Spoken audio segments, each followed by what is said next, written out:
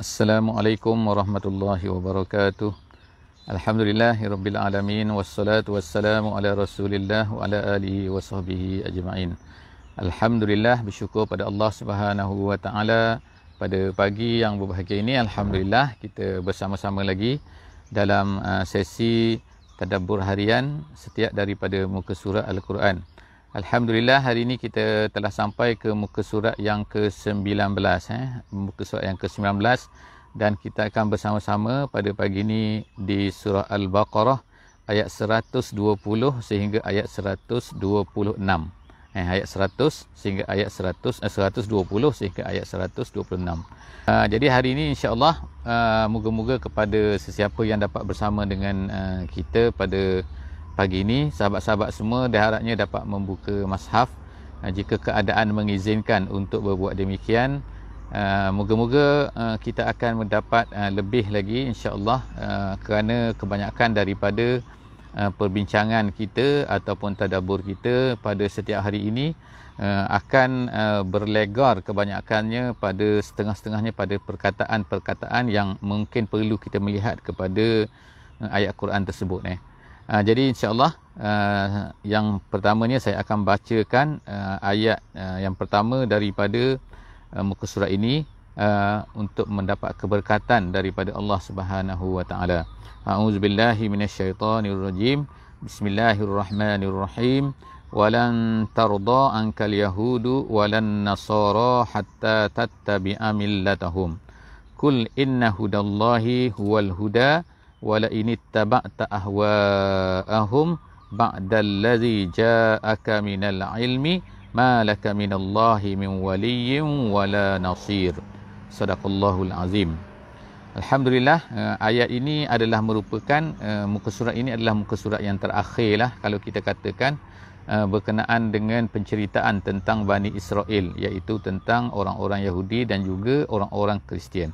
Jadi selepas daripada tu separuh daripada muka surat ini kita akan masuk pula menceritakan tentang Nabi Ibrahim alaihissalam dalam pembinaan Kaabah. Jadi insya-Allah mula-mulanya kita akan tengok apakah yang Allah Subhanahu wa taala ceritakan tentang sikap orang-orang Yahudi dan juga orang-orang Kristian ni. Jadi Allah Subhanahu wa taala sebut secara directnya di sini ialah walan tarda, iaitu tidak akan redha angkal yahudu walan nasara. Orang-orang Yahudi dan juga Kristian tidak akan selama-lamanya redha. Dalam ayat ini Allah Subhanahu wa taala gunakan lan itu maknanya tidak, tapi tidak di sini dengan lam nun bukannya la biasa. Kalau la biasa artinya tidak ni maknanya mungkin tidak yang dulu, tidak akan datang, tapi tak menjadi selama-lamanya. Tapi apabila Allah Ta'ala menggunakan lam nun, dia menunjukkan kepada tidak akan datang dan selama-lamanya, iaitu tidak selama-lamanya tarda, iaitu meredai. Jadi orang-orang siapa yang tak meredai ini? Orang Yahudi dan juga walan nasara. Diulang sekali lagi la di situ. Kalau ikut dari segi bahasa biasanya waw saja dah cukup, iaitu walan tarda angkal yahudu wan nasara. Tetapi Allah Ta'ala ulang sekali lagi la, sama seperti dalam Al-Fatihah kita tengok kan, iaitu ghairil maghdubi alaihim waladdallin. Ada la di situ sekali lagi. Jadi la tu kata ulama bahasanya, dari segi bahasanya ialah bila ditambah la tu artinya apa? Kadang-kadang orang-orang Yahudi tu tidak reda, kadang-kadang orang Kristian tu tidak reda. Tidak mesti bersama-sama. Kalau dia ada waw sahaja maknanya dia mesti bersama-sama. Tidak reda Yahudi dan juga Kristian. Tapi ini orang Yahudi kadang-kadang tidak reda, orang Kristian kadang-kadang tidak reda. Kepada apa? Kepada kamu wahai umat Nabi Muhammad sallallahu alaihi wasallam. Jadi walan tarda di sini ialah ulama-ulama kata juga ialah ayat ini datang kemudiannya untuk menunjukkan bahawa apa? Secara tidak langsungnya untuk menunjukkan bahawa mereka ini jangan kamu haraplah sangat bahawa mereka ini akan masuk Islam. Maknanya sebahagian besar daripada mereka tidak akan masuk Islam. Jadi jangan kamu kecewalah kalau mereka ini tak masuk Islam. Bukan sekadar mereka ini tak masuk Islam, bahkan mereka tak akan redha kalau kita ni berada dalam Islam. Jadi apatah lagi mereka ni nak masuk Islam. Kalau mereka dah tak reda kepada kita, kepada orang Islam ni, bahkan apa yang mereka nak, mereka lah akan reda. Bila mereka akan reda? Hatta tattabi'a millatahum, sehingga kamu mengikuti. Kamu umat Nabi Muhammad mengikuti millah mereka. Millah di sini ada dua penafsiran lah. Yang pertamanya ialah millah ni sehingga kamu ni mengikut agama mereka. Ataupun juga ialah sehingga kamu ni, setengah tafsir kata ialah mengikut at-tariqatul maslukah. Tariqah maslukah mana tak semesti agama, tapi ialah cara hidup mereka. Jadi orang-orang Yahudi dan juga Kristian ini, mereka ni akan berfikir sentiasa untuk menarik kita ni orang Islam supaya mengikut cara hidup mereka. Itu memang ditegaskan oleh Allah Subhanahu Wa Taala di sini.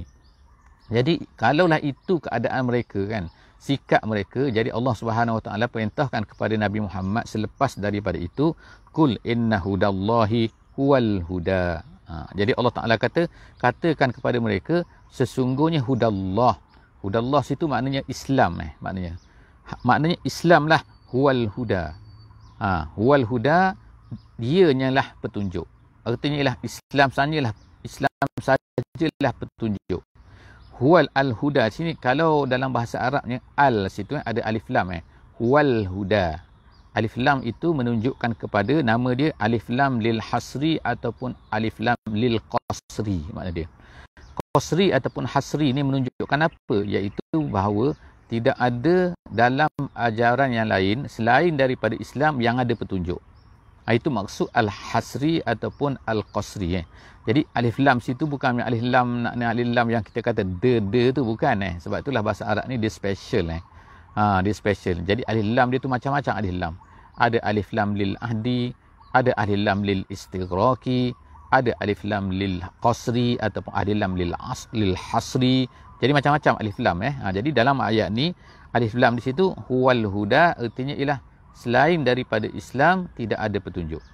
Tak kiralah agama apa pun. Jadi ini penegasan yang disebutkan juga dalam ayat yang lain kan, inna dina indallah al-Islam.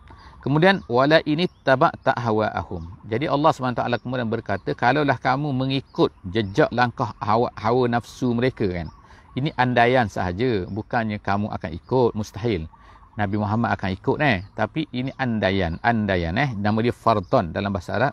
Wala ini taba'ta ahwa'ahum ba'dallazi ja'aka minal ilmi. Ilmi situ artinya wahyu.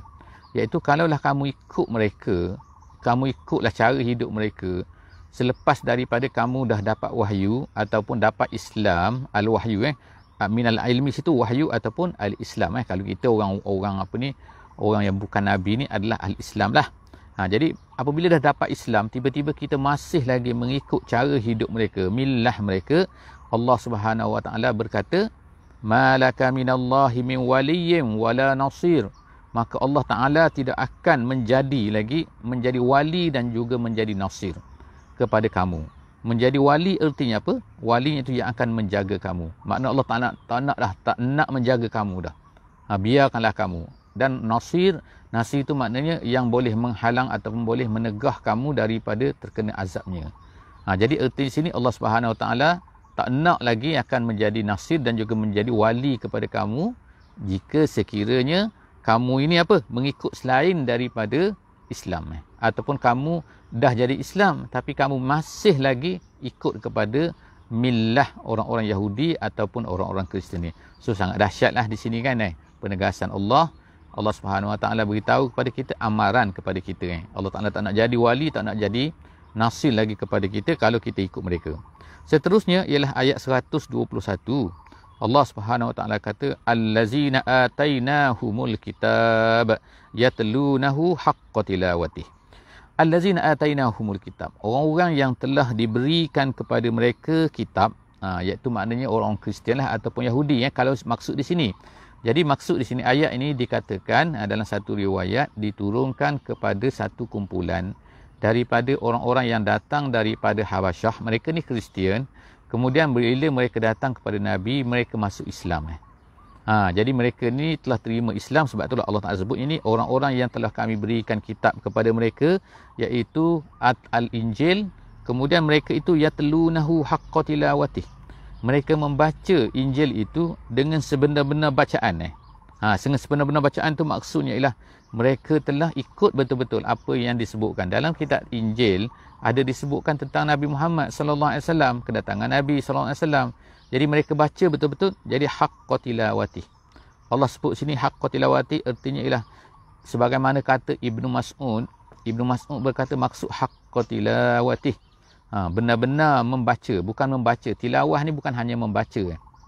Kata Ibnu Mas'ud, dia kata maksud tilawah adalah membaca dan kemudian memahami dan kemudian mengamalkan apa yang ada di dalam kitab tu. Jadi kebanyakan daripada orang-orang Kristian yang telah baca kitab Injil yang betul-betul dulu kan, ada disebutkan pasal Muhammad, disebutkan kedatangan Nabi, jadi sepatutnya mereka ni beriman lah bila Nabi datang, tapi Bani Israel tak mahu kan. Orang yang baca kitab Taurat sepatutnya mereka ikutlah apa yang ada dalam Taurat tu yang sebutkan tentang Nabi Muhammad, tapi mereka tak mahu. Sebab apa? Hasadam min indi anfusihim. Allah Ta'ala kata kan, kerana mereka ni hasad, mereka ni dengki, mereka tak suka. Kerana tiba-tiba Nabi yang terakhir tu datang daripada golongan Nabi Ismail, anak-anak Nabi Ismail, bukannya anak Nabi Yaqub. Yang mereka nak ialah Bani Israel. Jadi Allah Ta'ala puji di sini orang-orang yang apabila mereka ni Kristian, mereka ni ikut Nabi Isa, kemudian betul-betul membaca kitab mereka tu dan ikut betul-betul, jadi mereka ini kemudiannya Allah Ta'ala puji. Ulaika yu'minuna bihi, Allah Ta'ala kata mereka ni beriman dengannya.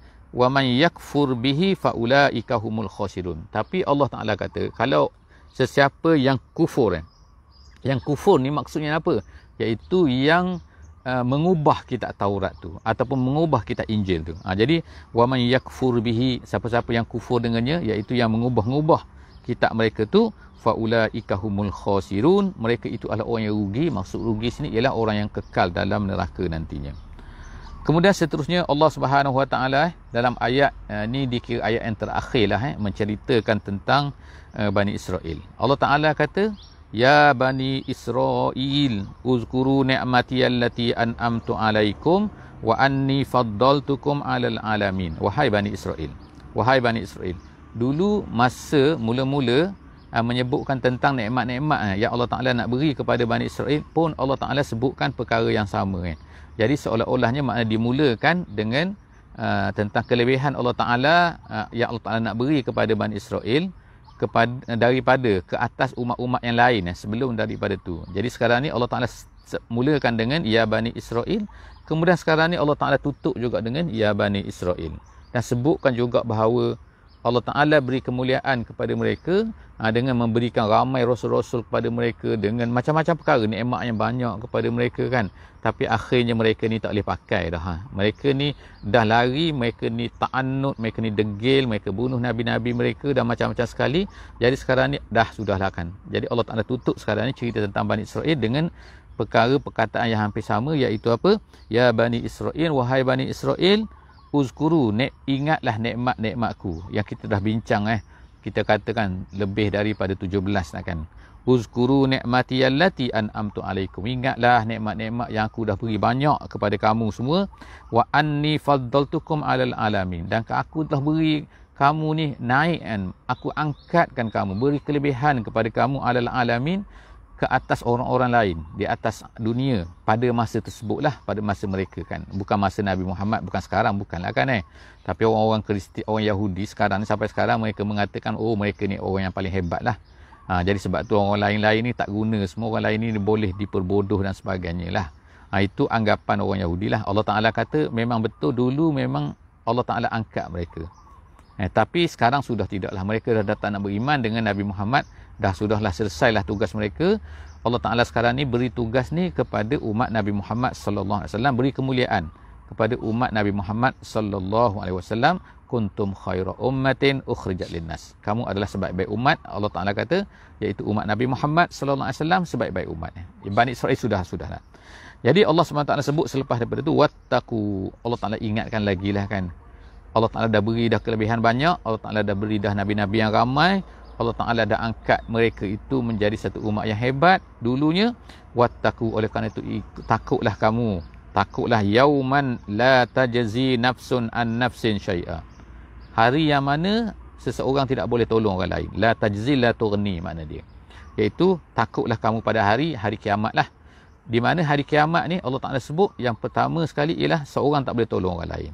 Tu yang pertama. Yang keduanya ialah wala yuqbalu minha adlun. Hari kiamat ni tak akan ada lagi diterima tebusan. Tebusan ni maknanya kau bawa lah duit banyak mana pun, kau bawa jawatan banyak mana pun, pada hari akhirat ni tak laku. Semua tak ada nilai. Kau bawa kabel macam mana pun tak ada nilai. Adlun tu makna tebusan, fidaun dalam bahasa Arab. Kemudian tu wala tanfa'uha syafa'ah. Pada hari kiamat juga la tanfa'uha syafa'ah. Syafa'ah tu maknanya orang tengah. Kalau kita atas dunia ni ada kabel, ada apa kan, kau ni baik dengan orang ni, baik dengan orang ni kan, orang besar-besar. Jadi mungkin dapat syafaat. Tapi di hari akhirat la tanfa'uha syafa'ah. Kecuali yang diizinkan oleh Allah Subhanahu Wa Taala. Maknanya ada juga syafaat, tapi syafaat yang diizinkan oleh Allah Taala. Tapi secara umumnya syafaat biasa-biasa tak main. Seterusnya wala hum yunsurun, dan mereka pula tidak akan ditolong. Jadi dalam ayat ini Allah Taala sebutkan bahawa pada hari kiamat nanti ada 3 perkara saja yang dapat menyelamatkan manusia. Yang pertama sekali ialah nama dia ialah fidaun. Fida maknanya ialah tebusan. Ini biasalah kan, yang biasa ni yang dapat menyelamatkan manusia ialah fida. Yang kedua ialah syafa'ah. Yang ketiga ialah nasir, iaitu penolong yang mendapat menolong. Tapi ketiga-tiga ni hari kiamat tak main, tak ada. Kan, kecuali yang diizinkan oleh Allah Subhanahu Wa Taala. Jadi maknanya Allah Taala menafikan segala-galanya. Bila menafikan maknanya pada hari kiamat ni tak akan ada lagi benda-benda ni boleh main-main sebagaimana di atas dunia. Jadi itu habis bila sampai kepada ayat ni wala hum yunsurun ni, ayat 123.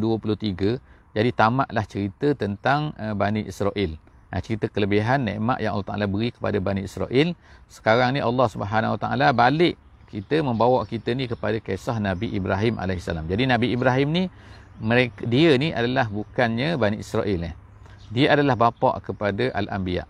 Dia lebih bapa kepada ayah kepada Ismail, Nabi Ismail, dan ayah kepada Nabi Yaqub, Nabi Ishaq alaihimussalatu wassalam jami'an. Maknanya sebelum lagi daripada Bani Israel. Jadi Allah Ta'ala sekarang ni nak sebut, nak ceritakan bagaimanakah Nabi Ibrahim ni.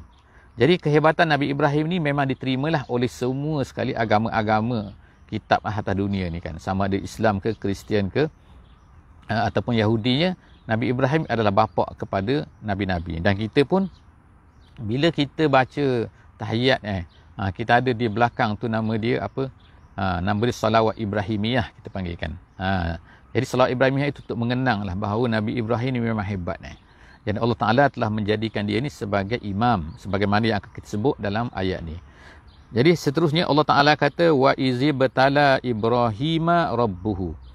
Tu baca elok-elok Ibrahima rabbuhu, bukan Ibrahimu rabbahu. Kalau terbalik itu maknanya Allah Ta'ala Nabi Ibrahim menguji Allah. Tu memang bahaya kepada akidah kan. Baris saja. Beza baris tapi bahaya kepada akidah. Kalau kita fahamlah. Jadi dalam ayat ni wa izibtala Ibrahima rabbuhu. Allah Ta'ala sebutkan dan ingatlah ketika Tuhannya menguji Nabi Ibrahim. Jadi baca di sini ialah Ibrahima.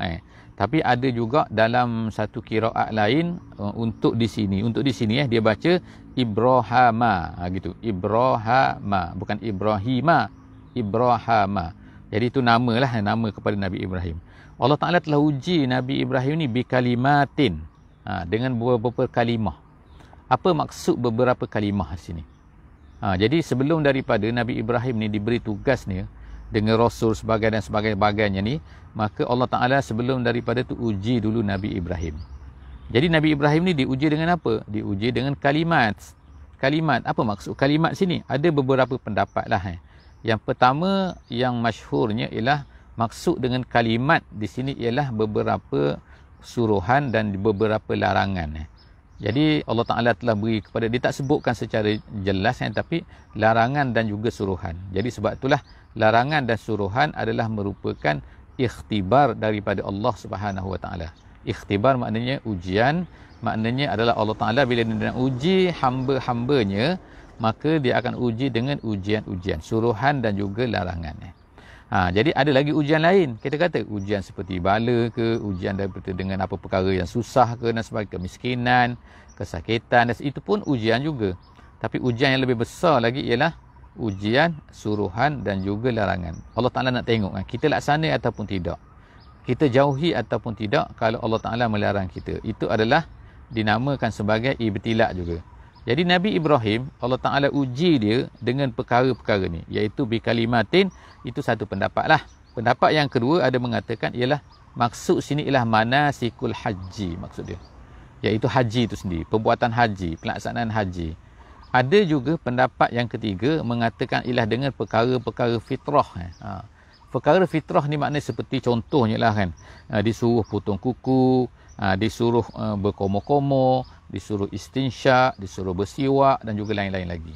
Itu adalah beberapa perkara lah kan yang Allah Ta'ala nak uji Nabi Ibrahim, dan semuanya tu Allah Ta'ala sebut sini fa'atammahunna.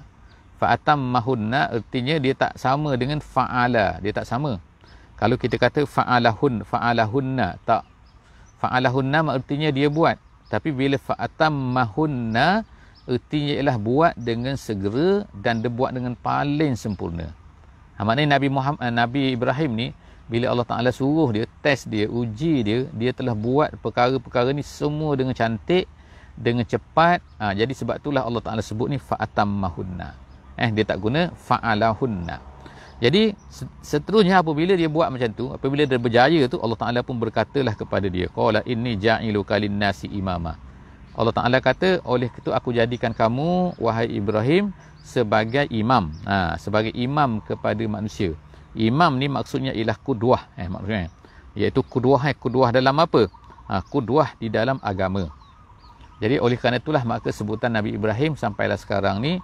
Dan kita lihat juga ada maqam Ibrahim, ada Kaabah, Allah Ta'ala jadikan sampai hari kiamat. Jadi Allah Ta'ala dia jadikan dia ni sebagai imam. Jadi qala wa min zurriyati, lalu bila Allah Ta'ala janjikan macam tu nak beri dia jadi imam kepada manusia, dia pun berkatalah, dia kata kepada Allah, minta kepada Allah, wa min zurriyati ya Allah, dan juga daripada sebahagian daripada zuriatku. Jadi Nabi Ibrahim di sini bersifat ta'addub, dia kata, iaitu beradabnya dengan Allah Subhanahu Wa Taala. Maka dia berkata, wa min zurriyati ya Allah, juga sebahagian daripada zuriatku. Maknanya dia tak kata semua zuriatku ni akan menjadi imam. Tak, dia kata, dia minta, ya Allah berikanlah juga sebahagian daripada zuriatku ni menjadi imam. Qala la yanalu ahdiz zalimin. Kata Allah Subhanahu Wa Taala, kata Allah apa? Allah Taala kata, kamu ni permintaan kamu tu diperkenankan. Cuma ahdi di situ artinya ialah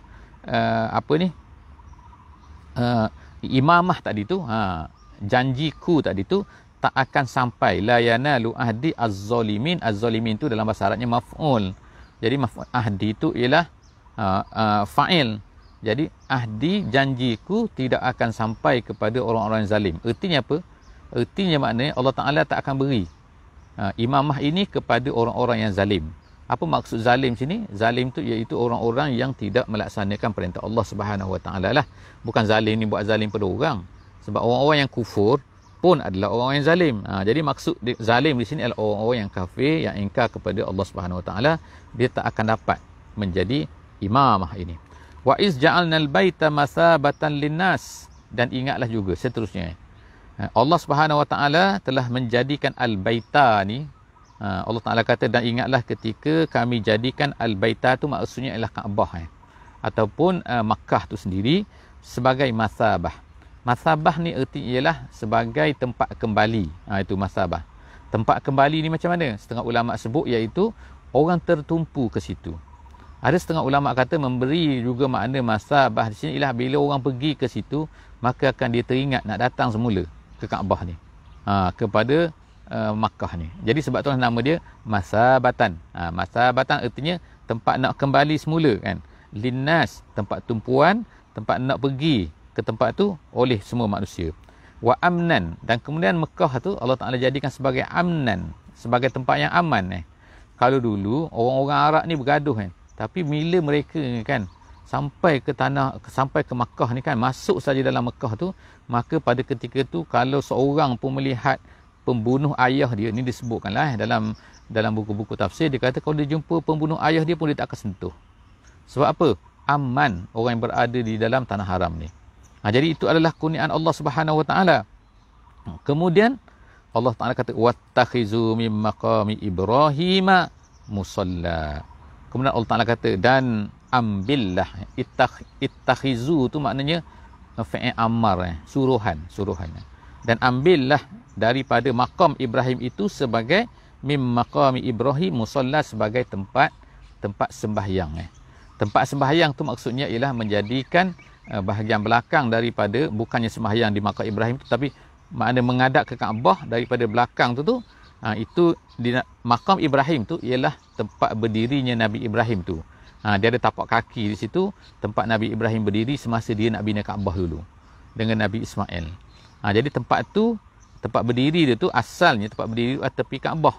Sebab Nabi Ibrahim tu bila dia naik di atas batu tu, maka dia pijak atas batu tu, dia tengok kan lurus ke tak lurus kan.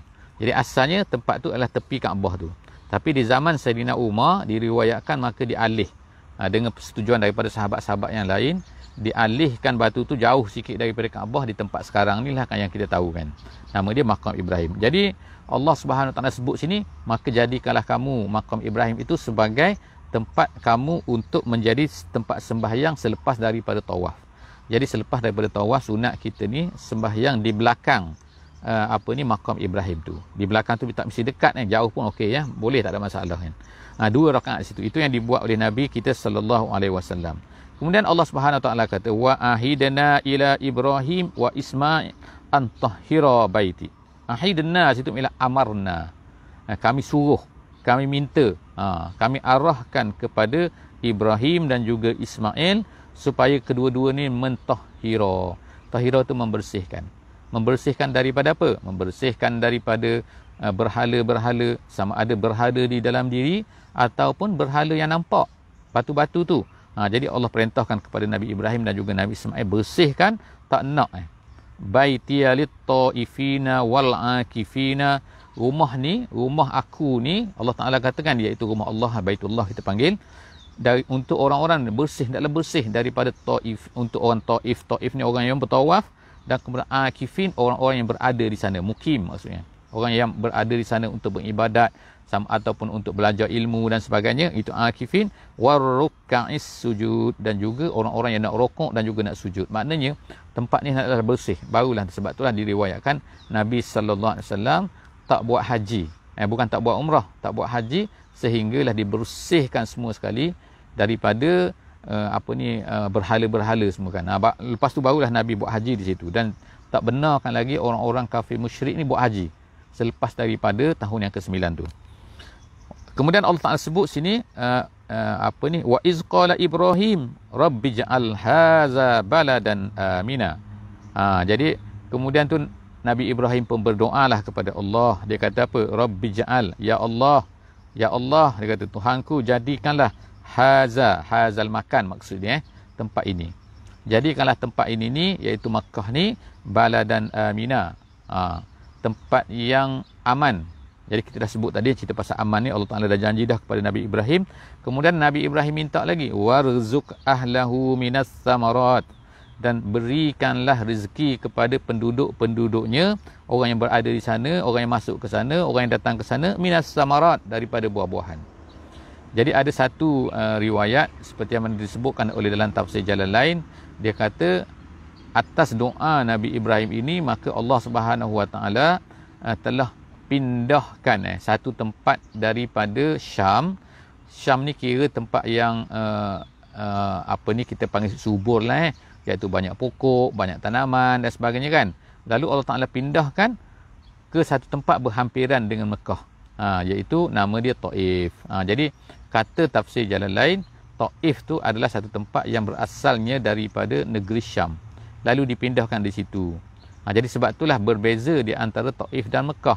Mekah ni tak ada apa-apa, tak ada tanaman, kosong kan, kering kontang, kecuali satu saja ada air Zam-Zam. Tapi bila pergi ke Taif, tak jauh daripada Mekah ni, kita akan tengok tempat tu sangat subur kan, dengan macam-macam pokok ada semua situ, semua buah-buahan ada di situ. Itu satu pendapat lah. Walau bagaimanapun, adalah pendapat yang lain mengatakan tidak, maksudnya adalah buah-buahan tu dibawa oleh orang ke tempat Mekah ni. Itu macam-macam buah. Jadi sampai sekarang kita tengok kan, macam-macam buah lah ada di Mekah ni. Apa saja terfikir daripada seluruh dunia ada situ. Jadi itu adalah pandangan-pandangan lah yang diberikan oleh ulama tafsir. Jadi mana-mana kita boleh pakai insya-Allah kan. Jadi Allah Taala, itu doa Nabi Ibrahim, warzuq ahlahu minas samarat man amana minhum billahi wal yaumil akhir. Untuk orang-orang siapa-siapa yang beriman lah katakan. Jadi ni doa Nabi Ibrahim ni untuk orang yang beriman. Dia kata man situ ialah ahlahu situ, nama dia badal dalam bahasa Arab. Badal tu maknanya ganti, nak explain tentang ahlahu tu, iaitu siapa ahlahu tu, orang-orang yang penduduk tu, penduduk iaitu penduduk yang beriman dengan man amana minhum billah, siapa yang beriman dengan Allah, siapa beriman dengan hari kiamat, maka ya Allah berilah makanan-makanan yang banyak tadi tu, yang mewah tadi, rezeki yang melimpah tu kepada orang-orang tersebut. Kemudian Allah Ta'ala kata selepas itu, qala wa man kafar. Kemudian Allah Ta'ala kata, qala wa man kafar. Ada pun siapa yang kafir, siapa yang tak beriman, adakah tak akan dapat rezeki? Tak akan dapat apa-apa? Tak. Allah Ta'ala kata, wa man kafar fa umatti'uhu qalilan. Allah Ta'ala akan beri juga pada mereka.